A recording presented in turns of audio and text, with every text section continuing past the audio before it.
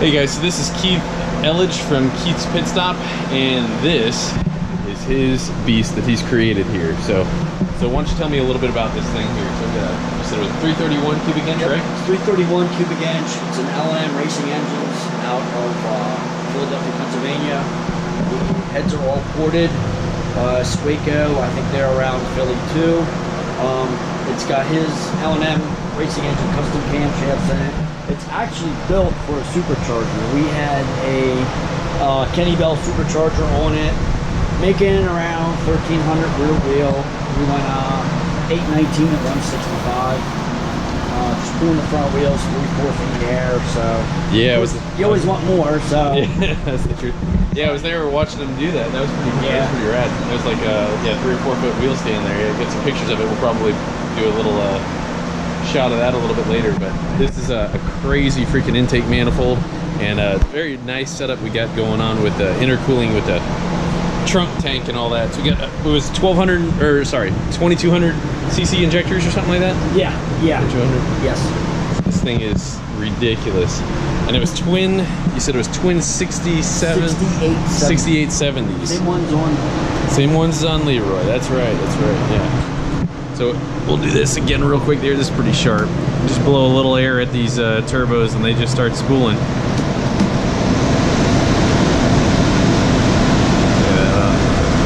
a little bit of airflow. Start going. So yeah, we're just doing some shakedown pulls on it right now. And we're tuning on C85 at the moment. This has got a Holly system on it. Yeah, check it out. It's pretty sharp.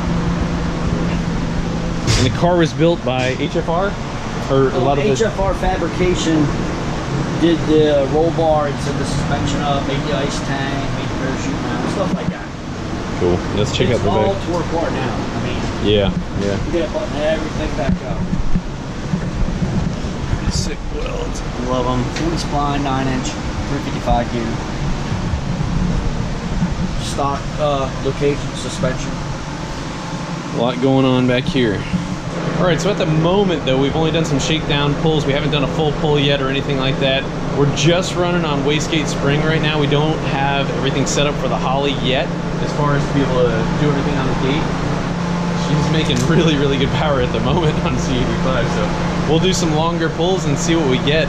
This has got a little longer legs than Leroy, so we should be able to go, what, 7,500 you think? Maybe? We'll get there. We'll find out. The supercharger was like 6,800. 6,800. But that had a lot of weight heading off the crank too. That's true. That's very true. Yeah, we'll see what it does. We only got a little bit of ice left, but we'll see how far we can stretch it.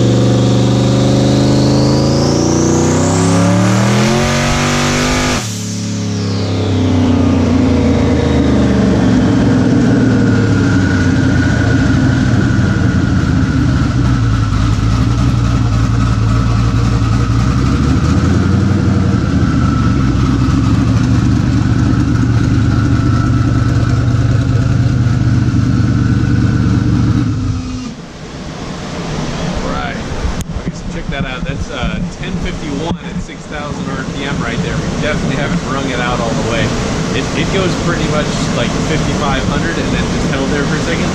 So I kind of walked into it a little slower there, but so as you can see, the car is a work in progress. I mean, I've actually kind of pushed Keith to try and get this thing on the dyno a little faster than he wanted to, but yeah, so I was up here and I was like, man, we got to get this thing rolling. But heck, it's going. It really couldn't be going better at the moment. So yeah, just really pleased with the fuel. Really, we're getting really good data out of there. It's about 21 pounds of boost at the moment. Just checking the way everything's going. It's looking really pretty sweet. Where are we at there? at that. Yeah, I kind of just walked into it a little slow there. A little slow. Look at that. Yeah, we're looking pretty darn good right now. Got little bits of corrections here and there we gotta clean up, but not too bad at all, really. It revs so darn fast though, going up once the turbos come on. Yeah, looking really good though.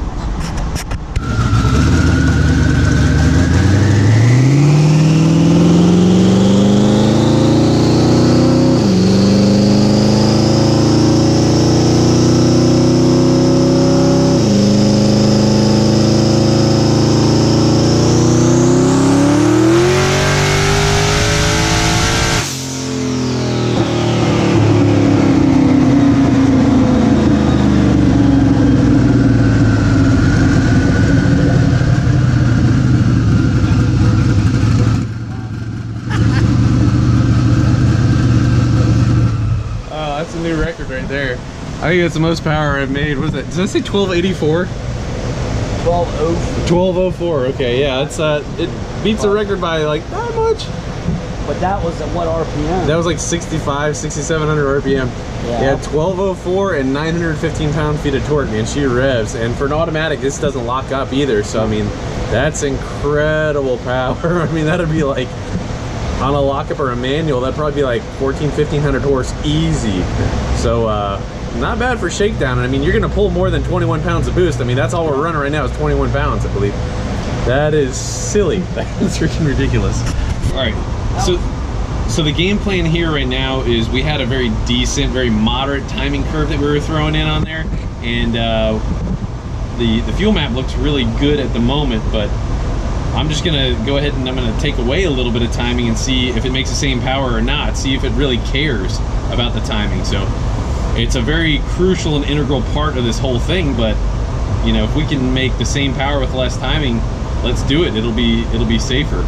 But the beauty of this whole speed density setup is the fact that it is taking away timing as we go up in boost.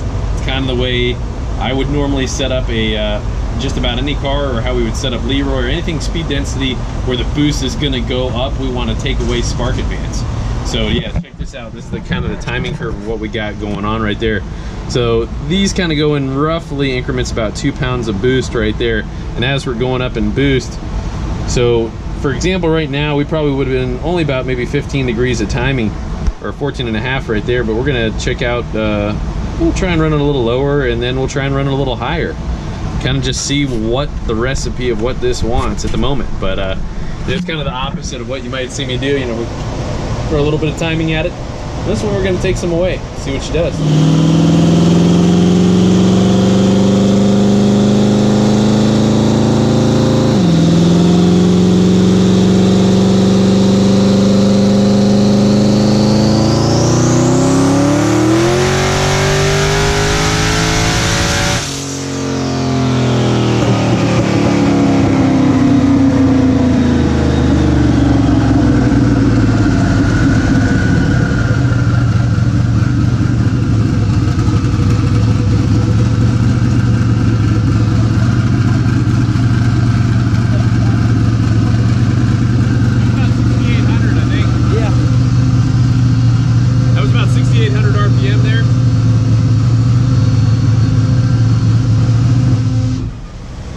And no, we're not in Saudi Arabia or Abu Dhabi or anything like that. It is 104 degrees here in Pennsylvania underneath this tent.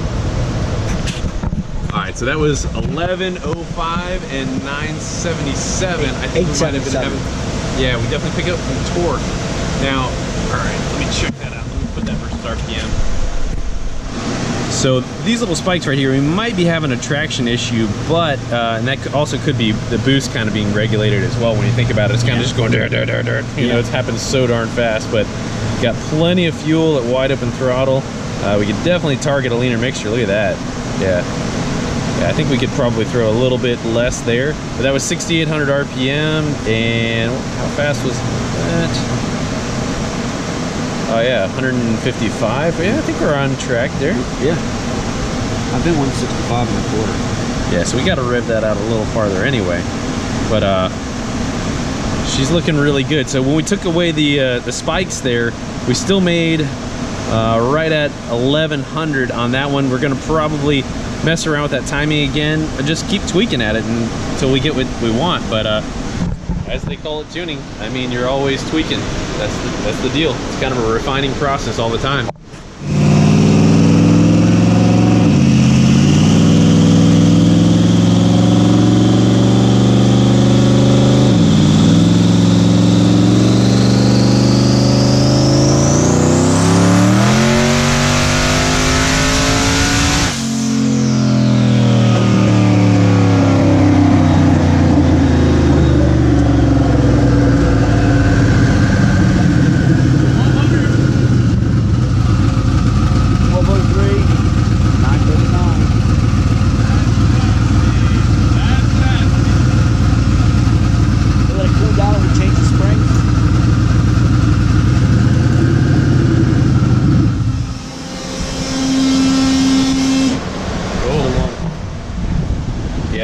That's about the easiest 1200 horse I've ever made.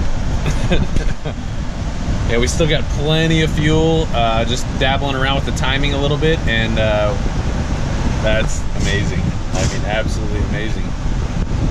Pretty comfortable. This is sick. So just as if you were to have, say, a spaghetti dinner or something that's gonna really fill you up, like a steak or some sort of super big, heavy meal.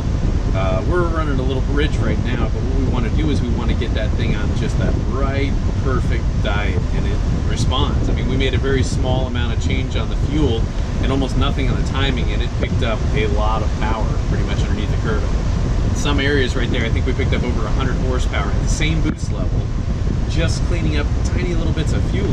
So it's absolutely amazing what you can pick up just cleaning things up. But getting on that right diet, both spark and fuel, we're at a very conservative area on spark. I mean, we're running 21 pounds of boost. Again, non-locking converter, turbo 400 trans.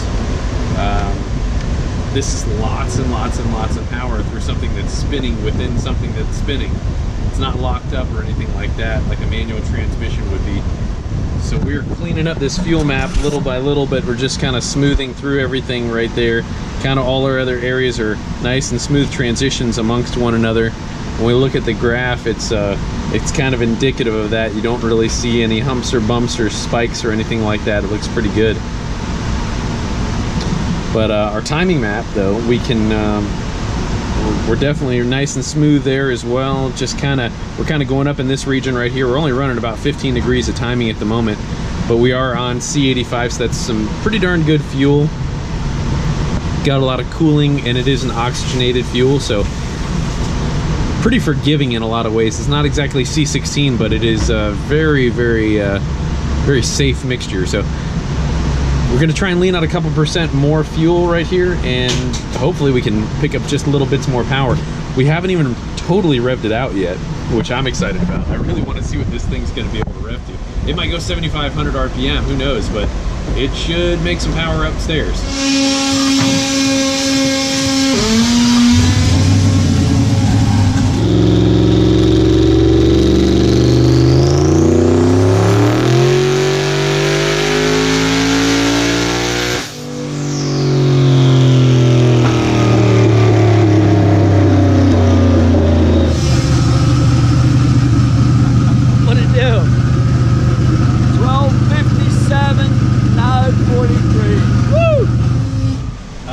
That is ridiculous. It's still making power. It is screaming upstairs. Yeah, I mean, it got into it, and it just felt like the converter just like all of a sudden came together and just went and just kept going. Yeah. I mean, that was impressive.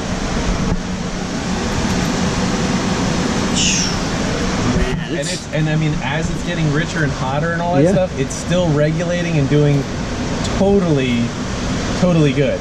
I mean, that almost looks like that's a boost gain. Now, I don't know, but I mean, I really don't know. I didn't watch the boost because that time I took my eyes off to watch the air fuel, but I mean, it's it's totally good. So that colder run was a little bit leaner. Yeah. By a few tenths of an air fuel point, but the hotter run, which is probably where you're going to be after you do a burnout and sit and whatever, was richer, but still it matched everything else from before and then continued to carry on. Jeez. I mean, it's definitely showing it wants to keep going. That was probably 72, I think. Yeah. Yeah. Wow. That's definitely a lot. We're almost 100 horse over the highest car I've ever dynoed, so that's a number right there for sure. Holy crap! It's so impressive being in here. Wow.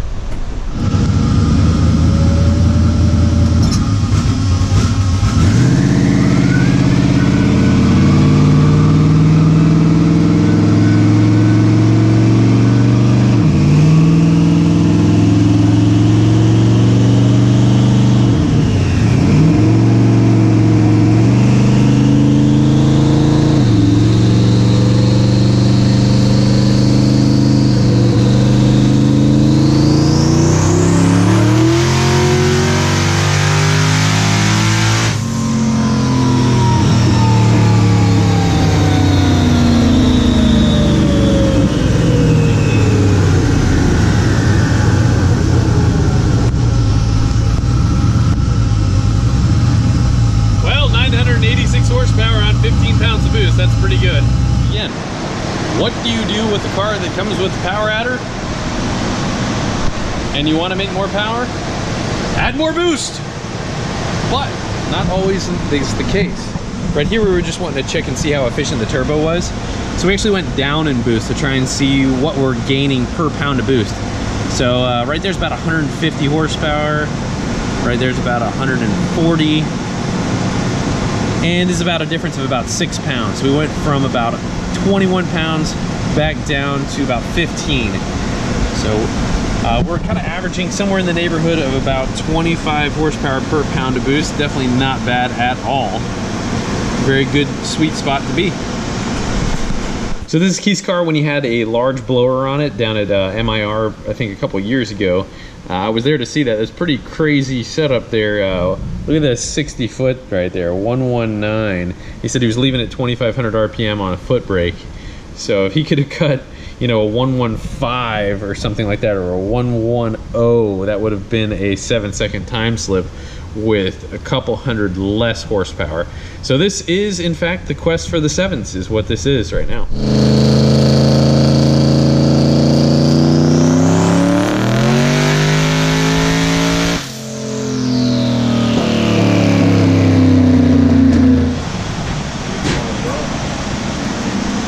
Everything looked great. How much boost? 24 pounds. Really? 1260. 1028. And I mean, it has less timing at this area, and I mean, the air fuel is freaking great. Yeah.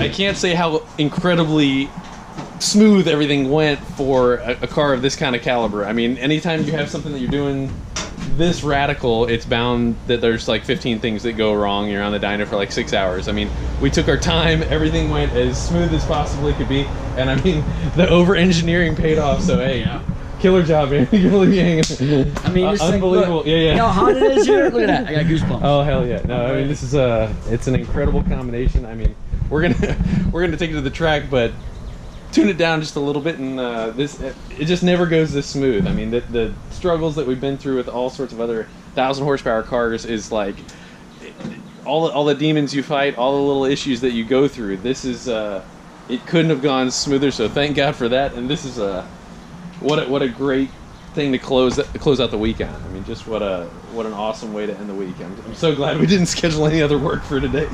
So yeah.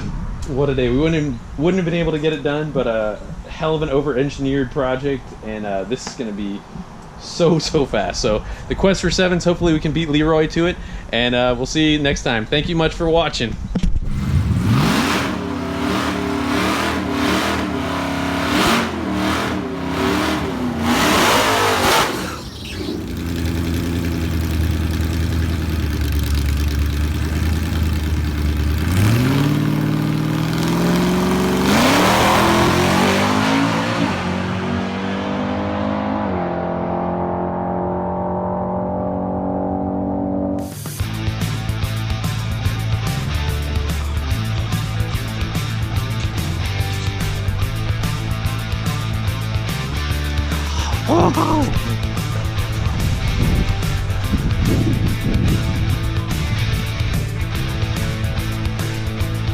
Norman, come on. Oh. Oh, look at that juke move. Oh, he's like, all right, I'm done.